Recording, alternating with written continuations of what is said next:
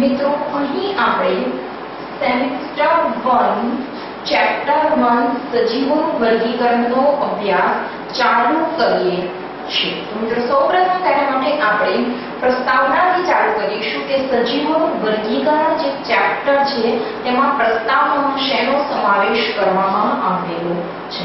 તો મિત્રો આપણે જોઈશું કે આપણી આસપાસ જોવા મળતી રચના અથવા તો પ્રાકૃતિક સૌંદર્ય કેટલું અદ્ભુત છે। હવે મિત્રો આપણે જોઈશું કે આપણી આસપાસ જોવા મળતા વાતાવરણમાં પર્યાવરણમાં અથવા તો પ્રકૃતિમાં મુખ્ય બે પ્રકારના ઘટકો જોવા મળે છે। મુખ્ય બે પ્રકારના ઘટકો જોવા મળે છે। હવે મિત્રો આપણે જોઈશું કે કયા બે પ્રકારના ઘટકો જોવા મળે છે। તો એક છે નિર્જીવ ઘટક અને બીજું છે સજીવ ઘટક। હવે મિત્રો આપણે જોઈશું કે આ જે નિર્જીવ ઘટક છે તેનો અભ્યાસ રસાયણશાસ્ત્ર અને ભૌતિક શાસ્ત્ર દ્વારા કરવામાં આવ્યું છે। ભૌતિક શાસ્ત્ર આ ઉપરાંત મિત્રો આપણે કહીશું કે જે નિર્જીવ ઘટકો હોય છે તેના લક્ષણો અને ગુણધર્મો ચોક્કસ હોય છે, તેવી રીતે સજીવ ઘટકોના પણ લક્ષણો અને ગુણધર્મો ચોક્કસ હોય છે। તો મિત્રો હવે આપણને સવાલ એ થાય કે નિર્જીવ અને સજીવ ઘટકોને આપણે કેવી રીતે અલગ ઓળખી શકીએ છીએ। તો નિર્જીવ ઘટકોમાં જીવ હોતો નથી। આ ઉપરાંત મિત્રો આપણે સજીવ માટે એવો શબ્દ વાપરી શકીએ કે જીવ હોવો તે સજીવ।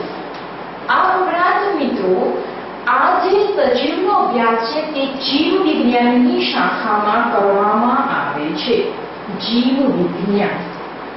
હવે મિત્રો આપણે આગળ જોઈશું કે ઘણા બધા જીવ વિજ્ઞાનીઓ દ્વારા અને અન્ય વૈજ્ઞાનિકો દ્વારા જીવની ઉત્પત્તિ વિશેના વિવિધ સંશોધનો કરવામાં આવ્યા હતા અને ત્યારબાદ તેમણે જીવની ઉત્પત્તિ વિશેનો ખ્યાલ મેળવ્યો હતો। પરંતુ મિત્રો હવે સવાલ એ થાય કે જીવ છે પરંતુ સજીવ છે પરંતુ તેની ઓળખ શું?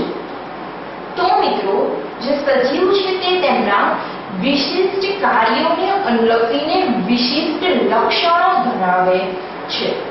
તો મિત્રો અમુક વૈજ્ઞાનિકો દ્વારા આ જે સજીવ વિશિષ્ટ લક્ષણો ધરાવે છે તેના આધારે તેને અલગ અલગ વર્ગીકૃત કરવામાં આવ્યા હતા।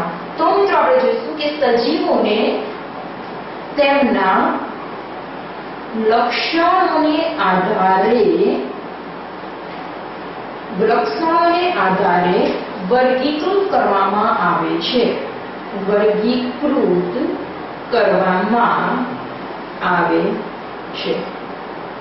હવે મિત્રો આપણે આ પ્રકરણમાં સજીવોનું વર્ગીકરણ કરવાનું છે અને હવે તમને ખ્યાલ છે કે સજીવોનું વર્ગીકરણ તેમના લક્ષણોના આધારે કરવામાં આવે છે। માટે અહીં આપણે મિત્રો પહેલા સજીવના વિવિધ લક્ષણો વિશેનો અભ્યાસ કરીશું અને ત્યારબાદ તેના વર્ગીકરણ વિશેનો અભ્યાસ કરીશું। મિત્રો આ હતી વાત ચેપ્ટર 1 સજીવોનું વર્ગીકરણની પ્રસ્તાવના વિશે।